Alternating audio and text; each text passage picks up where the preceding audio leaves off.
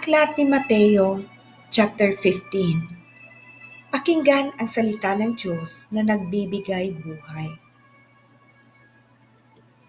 Mga minanang katuruan. Pagkatapos lumapit kay Jesus ang ilang Parisiyo at mga tagapagturo ng kautusan na galing sa Jerusalem. At sila ay tinanong nila, "Bakit nilalabag ng mga alagad mo ang mga katuruang minana natin sa ating mga ninuno? Kumakain sila nang hindi muna naguhugas ng kamay ayon sa tamang paraan?" Sinagot sila ni Jesus, "Bakit naman ninyo nilalabag ang utos ng Diyos dahil sa inyong mga tradisyon? Sinabi ng Diyos, igalang mo ang iyong ama at ina, at ang sinumang lumait sa kanyang ama o ina ay dapat patayin. Ngunit itinuturo ninyo na kapag sinabi ng isang tao sa kanyang ama o ina, ang anumang maitutulong ko sa inyo ay naihandog ko na sa Diyos. Hindi na niya kailangang tulungan ang kanyang ama at ang kanyang ina. Pinawawalang kabuluhan ninyo ang salita ng Diyos. Masunod lamang ninyo ang inyong minanang mga katuruan. Mga mapagkunwari, tama nga ang sinabi ni Propeta Isaias tungkol sa inyo. Ang paggalang sa akin ng bayang ito ay pakunwari lamang, sapagkat sa bibig at hindi sa puso ito bumubukal. Walang kabuluhan ang kanilang pagsamba, sapagkat itinuturo nilang galing sa Diyos ang kanilang mga utos. Ang nagpaparumi sa tao. Pinalapit ni Jesus ang mga tao at sinabi sa kanila, "Pakinggan ninyo at unawain ang aking sasabihin.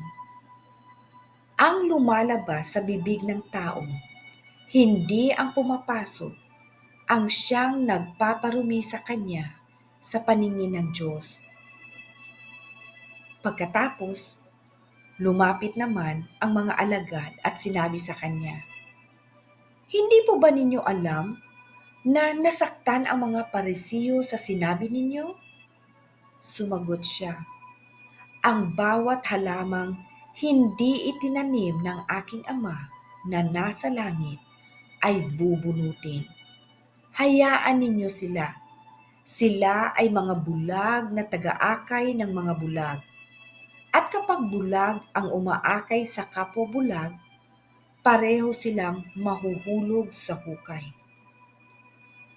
Sinabi sa kanya ni Pedro, "Ipaliwanag nga po ninyo sa amin ang talinghagang ito." At sinabi ni Jesus, "Pati ba kayo'y wala ring pangunawa?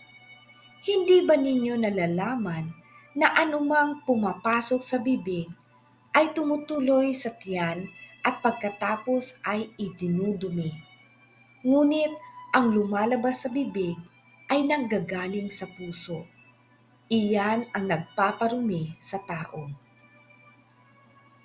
Sapagkat sa puso nanggagaling ang masasamang kaisipan, pagpatay, pangangalunya, pakikiapid, pagnanakaw, pagiging saksi para sa kasinungalingan at paninirang puri. Iyan ang nagpaparumi sa tao sa paningin ng Diyos. Hindi nagiging marumi ang isang tao kung siya man ay kumakain ng hindi muna naghuhugas ng kamay. Ang pananalig ng isang Kananeya. Umalis doon si Jesus at nagpunta sa lupaing malapit sa Tiro at Sidon. Isang Kananeya na nakatira doon ang lumapit sa kanya na sumisigaw, "Panginoon, anak ni David, maawa po kayo sa akin. Ang anak kong babae ay sinapian ng demonyo at labis na pinahihirapan ito." Ngunit hindi sumagot si Jesus. Lumapit ang kanyang mga alagad at sinabi kay Jesus, "Paalisin na nga po ninyo siya. Napakaingay niya at sunod ng sunod sa atin." Sumagot si Jesus, "Sa mga naliligaw na tupa ng sampahayan ng Israel lamang ako isinugo." Ngunit lumapit sa kanya ang babae. Lumuhod ito at nagmakaawa. "Tulungan po ninyo ako, Panginoon." Sumagot si Jesus, "Hindi dapat kunin ang pagkain ng mga bata at ibigay sa mga aso." "Totoo nga, Panginoon, ngunit ang mga aso man po ay kumakain ng mumong nalalaglag sa hapag ng kanilang Panginoon." Tugon ng babae. At sinabi sa kanya ni Jesus, "Ginang, napakalaki ng iyong pananampalataya. Mangyayari ang hinihiling mo." At noon din ay gumaling ang kanyang anak. Maraming pinagaling si Jesus. Pag-alis doon, naglakad si Jesus sa tabi ng lawa ng Galilea. Umakyat siya sa bundok at naupo roon. Nagdatingan naman ang napakaraming taong may dalang mga pilay, bulag, lumpo, pipi at marami pang ibang may sakit. Dinala nila ang mga ito sa paanan ni Jesus at sila ay pinagaling niya.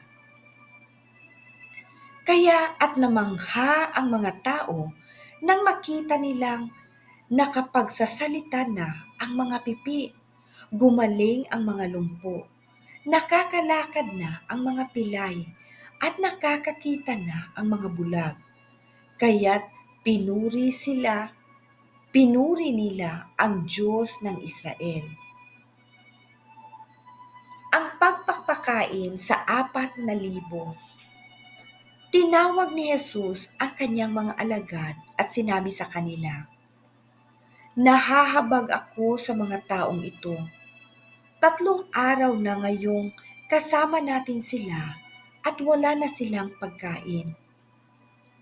Ayokong paalisin sila ng gutom, baka sila mahilo sa daan." Sinabi naman ng mga alagad, "Saan po tayo kukuha ng sapat na pagkain para sa ganito karaming tao sa ilang na ito?" "Ilan ang tinapay ninyo riyan?" tanong ni Jesus sa kanila. "7 po, at mayroon pang ilang maliliit na isda," sagot nila. Pinaupo ni Jesus sa lupa ang mga tao. Kinuha niya ang 7 tinapay at ang mga isda at nagpasalamat siya sa Diyos. Pagkatapos, pinaghati-hati niya ang mga iyon at ibinigay sa mga alagad upang ipamahagi sa mga tao. Nakakain at nabusog ang lahat. At nang ipunin ng mga alagad ang tinapay na lumabis, nakapuno pa sila ng 7 kaing. May 4,000 lalaki ang nakakain bukod pa sa mga babae at mga bata.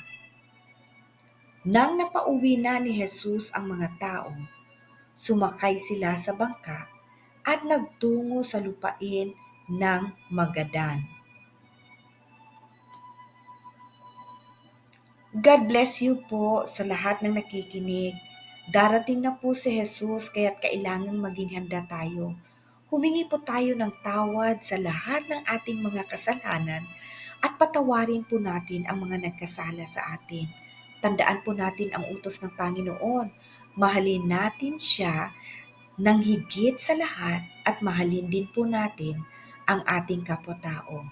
God bless you.